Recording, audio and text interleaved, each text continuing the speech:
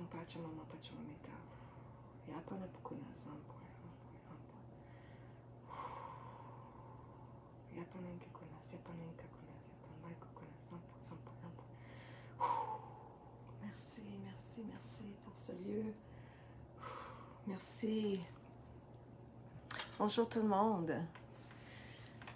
Pour nos amis de la France, Sandrine de la Normandie qui vient de se présenter, d'arriver.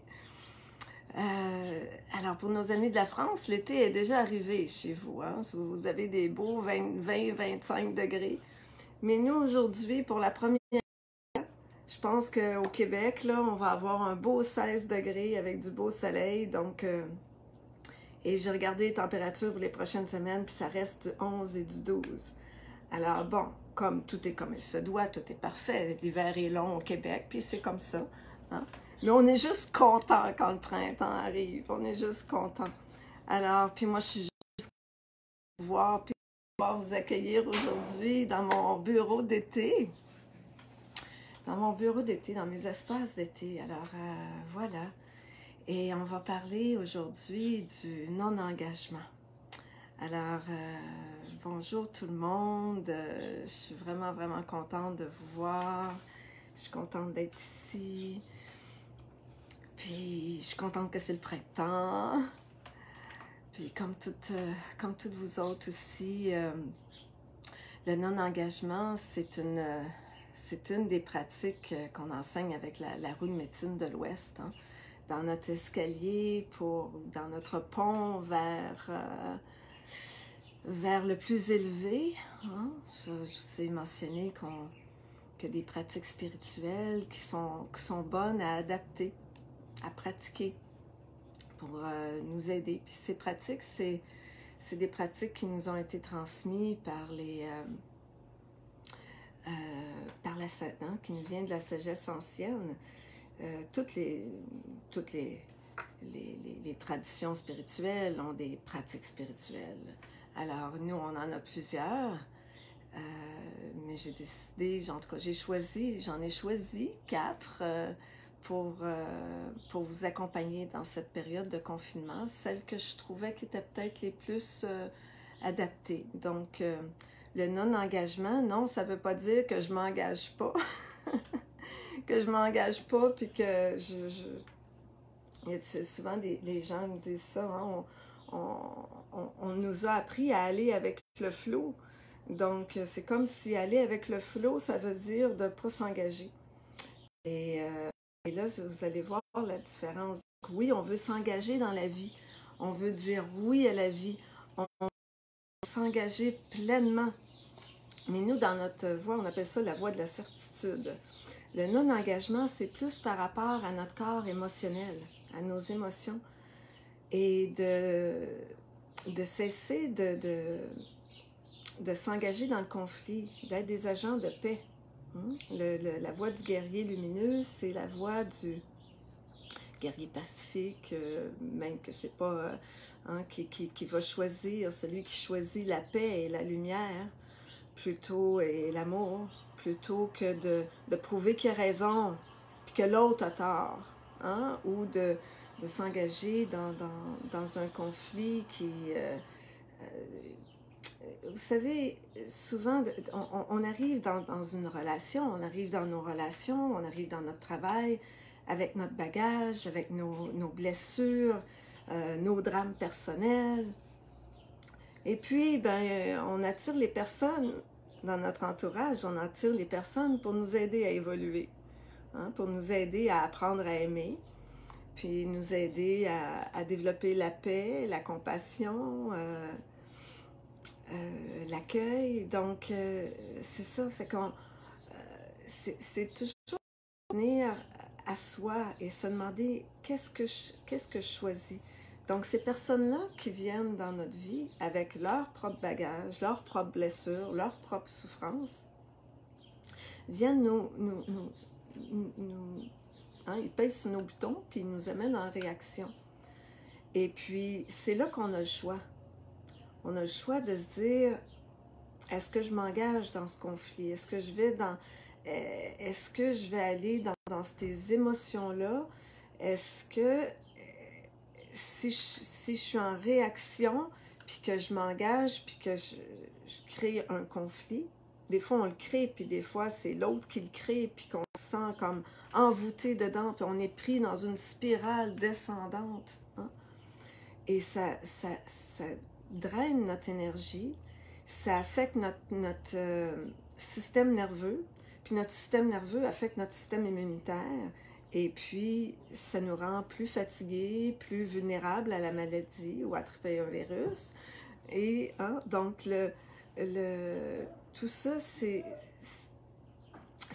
d'aller dans la conscience, puis avant d'entrer dans le conflit ou avant d'alimenter le feu, parce que c'est ce qui arrive, hein, quand l'autre devant nous est en colère, c'est son feu intérieur qui est très actif, ou c'est l'eau des émotions. Le feu est très actif, puis ça fait bouillir l'eau des émotions, puis là, ça bouillonne en dedans, puis c'est ce qui fait qu'on est en réaction. Puis... Alors, si je continue à mettre de l'huile sur le feu, le feu, mais c'est là que le conflit prend de l'ampleur, qu'on peut dire des paroles blessantes, des paroles abaissantes, des paroles qui peuvent créer une empreinte qui va dire, bon, ben, et qu'à l'avenir, on va ramener ça va créer comme une mémoire, une mémoire, comment je pourrais vous dire ça? Quand on est en réaction, c'est que ça vient toucher une blessure en nous ou une peur, ça vient réactiver une peur en nous. Et là, si je continue à alimenter, c'est-à-dire que je mets à alimenter ce feu, puis qu'après ça, je reste fâchée contre l'autre et je lui en veux, puis là, ben, au bout de 3-4 jours, je suis encore là-dedans. Là. Puis là, quelqu'un le voit, c'est coudonc, qu'est-ce que t'as? Oh, parle-moi-en pas, je me suis chicanée avec mon chum, là, il y a 3 jours, là, puis je le comprends pas, il est têtu, il fait ça tout croche, ou tu sais, c'est quoi nos raisons, hein? Et puis, fait que là, on est là-dedans, on est dans ce mood-là, hein? On appelle ça un mood, hein? On est dans ce mood-là pendant 3-4 jours. Puis ça fait juste comme venir ancrer davantage notre mécanisme de défense, notre empreinte du passé, notre blessure du passé ou notre peur. Ça vient juste mettre encore plus d'énergie autour de ça. Puis si on ne le règle pas, ben, ça crée une empreinte permanente dans notre champ d'énergie lumineuse. Je ne veux pas rentrer dans cette conversation-là, c'est une toute autre conversation, mais ça fait en sorte que ça va créer un pattern, qu'on va attirer encore une autre situation, une autre personne, et qui va nous ramener avec la même chose, qui va venir réactiver encore. Puis là, ben, on va peut-être rester plus longtemps dans cette émotion-là. En tout cas, fait que la pratique du non-engagement nous amène à s'observer, puis à voir, puis à se poser des questions avant d'entrer dans le conflit, puis à se dire, est-ce que ce conflit-là vaut mon énergie? Est-ce que j'essaye d'avoir raison à tout prix? Moi, je vais vous donner mon exemple personnel, ça m'est venu ce matin, j'ai été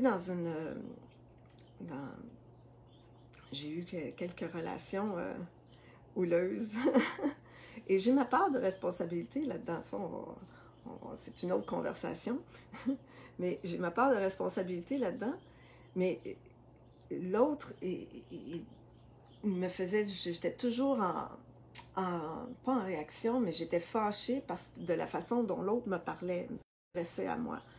Et puis là, il venait, puis il s'excusait, puis je m'excuse. Je dis, ben, est-ce que tu te rends compte que tu t'excuses à peu près 10 fois par jour, tu sais? À un moment donné, il faudrait que ça change, tu sais. Et puis, j'ai tellement vécu de conflits dans cette relation-là que quand je suis arrivée dans mon autre relation, qui était comme, peut-être 2 ans plus tard, j'ai fait quand même un processus, hein, processus de guérison, voir c'était quoi en moi qui créait ça, c'était quoi ma part de responsabilité et tout. Puis là, quand je suis arrivée dans l'autre relation, j'ai dit, Puis là, j'avais commencé la roue de médecine. Puis là, j'ai compris que qu'est-ce que ça me donnait d'entrer dans le conflit. L'autre, il veut avoir le contrôle. Il veut prouver qu'il a raison sur tel ou tel point. Puis là, je me suis posé la question, ça va changer quoi, là? Vraiment, là, ça change quoi dans ma vie? Là, je donne un exemple ridicule, là, qui coupe là, au lieu que dans ce sens-là. Là. Ou ça va donner quoi dans ma vie? Est-ce que ça change vraiment quelque chose pour moi si je le laisse faire à sa manière? Puis la réponse est toujours non. C'est là que j'ai commencé à prendre conscience, ben coudonc, ben oui, il a le droit de faire ces choses à sa façon, puis moi, de les faire à ma façon, puis c'est ça. Des fois, ça se rejoint, puis des fois, ça se rejoint pas, puis c'est toute une question de négociation, de compromis, mais c'est pas de compromettre nos valeurs, c'est pas de compromettre notre chemin d'âme, là, tu sais, c'est de compromettre des banalités. On crée des conflits dans la vie, là, sur des banalités. Puis là, j'entendais, j'écoute M. Legault, je trouve qu'on a un bon premier ministre, là, et qui nous parlait justement que là, dans la période de confinement, les taux de violence familiale augmentent, les taux de... tu sais, parce que les gens sont tout le temps ensemble, là, puis alors, ce qu'on était prédisposé à, ben, ou qui se passait par semaine, ben là, ça a des chances de se passer plus souvent. Alors, les relations ont des risques, je dis pas que c'est pour tout le monde, hein, mais on a un risque que la relation, si elle n'était pas toxique avant, qu'elle devienne toxique pour soi et pour l'autre. Alors, comment, tu sais, d'aller dans cette prise de conscience, de pas s'engager dans le conflit, de donner raison à l'autre. Quand on essaie de se débattre, on fait juste perpétuer le conflit. Donc, d'entrer quand l'autre veut, ça veut pas dire, tu sais, Jésus nous disait, tu te fais frapper, tu tends l'autre joue. C'est très pacifique, hein? Tu tends l'autre joue. Alors, ce que ça veut pas dire pour quelqu'un, si quelqu'un est battu dans son couple, ben, il y a des réseaux d'aide, là, il y a plein de... je ne sais pas pour vous en France, mais nous, ici au Québec, il y a des réseaux d'aide pour ça, pour les femmes battues ou pour la violence conjugale ou pour... et puis, il y a des réseaux aussi avec le COVID-19, il y a des réseaux d'aide psychologique là, que le gouvernement a mis en place. Il faut s'informer, il faut regarder. Alors nous, du niveau, qu'est-ce qui se passe là? Si on est pris dans une situation, puis que là, on est dans le conflit, quels outils est-ce que je peux vous donner à part? La première chose, c'est l'observation. Juste de dire, ben, je vais aller prendre une marche, je vais aller dehors, je vais prendre l'air, je vais me changer les idées, demander aux gens de balayer mes pensées négatives, prendre ma pierre, on va dans notre méditation tantôt, hein, j'ai ma pierre de libération, au lieu de lancer mon venin ou mes émotions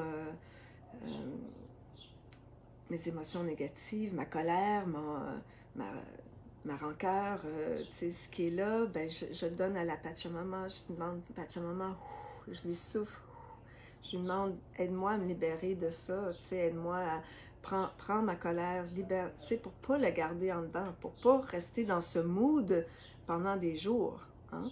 Donc, en l'offrant à la Pachamama, on lui demande de nous libérer, laisser aller ça, et de prendre conscience de ce qui m'appartient, puis de prendre conscience aussi que l'autre arrive peut-être avec des bonnes intentions. Et puis là, que l'autre arrive, que son intention est peut-être bonne, tu sais.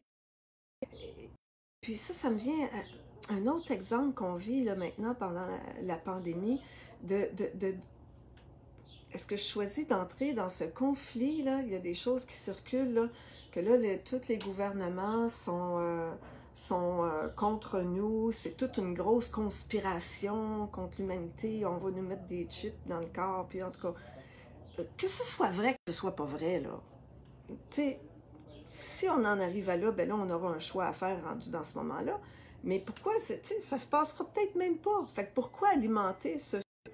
Puis quand on parle que le chaman choisit, tu sais, change son monde en changeant sa perception, je peux choisir d'avoir la perception que le gouvernement est en train de faire un complot, là.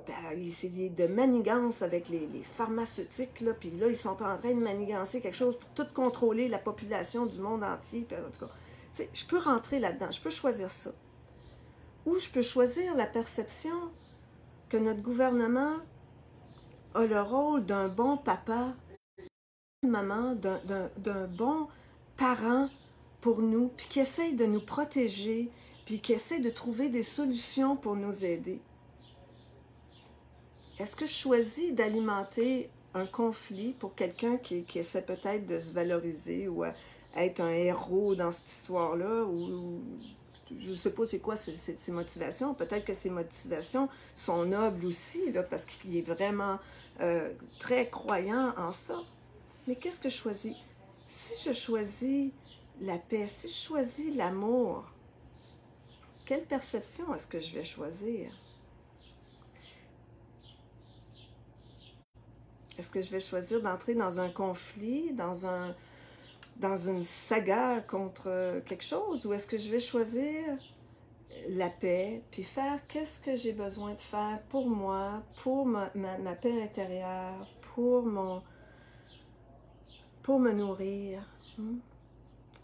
Puis une autre chose, un autre outil qu'on utilise beaucoup, puis je pense que je vous l'ai déjà présenté, je ne suis pas sûre, mais en tout cas, dans un autre Facebook Live, c'est possible. Je pense que c'était peut-être même quand je vous ai parlé du plan émotionnel, je ne sais plus, en tout cas. C'est le bâton de parole. Donc, c'est sûr que, tu sais, là, vous allez me dire, ouais, mon mari, là, attends une minute, le bâton de parole, là. Tu sais, il va m'envoyer promener avec ça, il va dire, c'est mes gris-gris à moi, là, puis que, tu sais, peut-être, tu sais. Mais on peut aussi l'instaurer, je vous avais parlé, je pense que, je me souviens plus dans quel live je vous en ai parlé, mais en tout cas, c'est pas important. Tu sais, avec la famille, peut-être que vous l'avez pas vu, je vous le repartage. Alors, tu sais, c'est dire, bon, là, il se passe quelque chose dans la famille, tu sais, puis d'amener, je sens que vous avez des choses à exprimer, puis le bâton comme ça, on va le faire ensemble, on va se trouver un bâton, on va le décorer, on va le colorer, les enfants adorent, tu sais, c'est une activité d'art-thérapie, puis après ça, on fait un concile, comme faisaient les anciens. Et lorsqu'on passe le bâton de la parole, l'autre peut dire tout ce qu'il veut. C'est lui qui a la parole. Mais nous, là, vous allez dire, oui, mais s'il me lance des insultes puis des choses, tout ça, tu sais, ben, si vous avez sorti le bâton de la parole, en principe, oui, vous allez interrompre. C'est parce que des fois, une fois que la stime s'est évacuée, une fois que que la personne puis que si toi, tu es dans l'écoute compassionnelle, puis que tu n'essaies pas de le juger, hein, on accumule les pratiques pour rester avec celle du non-jugement. On ne juge pas l'autre à ce qu'il nous dit, par rapport à ce qu'il vit, par rapport à ce qu'il exprime, puis qu'on reste plutôt dans un état d'ouverture dans notre cœur pour aller dans l'ouverture, dans l'écoute compassionnelle, en sachant qu'après, éventuellement, le bâton va revenir à moi, puis là, je vais pouvoir partir de mon cœur, de mon ressenti, puis exprimer sans accuser l'autre, juste de l'exprimer ce que je vis, puis c'est quoi mon besoin? J'ai besoin que tu m'accueilles. J'aurais besoin que tu m'accueilles dans ce que je vis présentement. J'aurais besoin que tu m'accueilles dans ma souffrance, dans ma douleur. Fait que tu sais, c'est ça. Fait que qu'est-ce qui a besoin d'être dit, d'être partagé? Fait que c'est d'apprendre à redescendre au niveau du cœur. Oups, ça coupe, j'entends, ça coupe, mauvaise connexion. Je le vois pas, je vois pas. C'est normal, la vidéo repart au début. Mon Dieu. J'ai pas touché à rien. Ça me dit que je suis encore en direct. C'est pas terminé. Et puis c'est mon téléphone, donc je suis pas, je pense pas d'être, à moins qu'il aurait peut-être fallu que j'enlève la Wi-Fi avant d'enlever la Wi-Fi sur mon téléphone avant de sortir dehors. C'est dommage, c'est décevant. Oh, Claire, désolée. Ce que j'ai envie de faire, étant donné que là je vois vraiment, ça semble être vraiment de beaucoup de personnes, terminer le vidéo maintenant en espérant que le replay soit mieux. Et je vais enlever la Wi-Fi et je vais me remettre, peut-être que ça va être mieux, pour notre méditation. D'accord? Alors, je vous remercie. Je déconnecte et je reviens. Partez pas!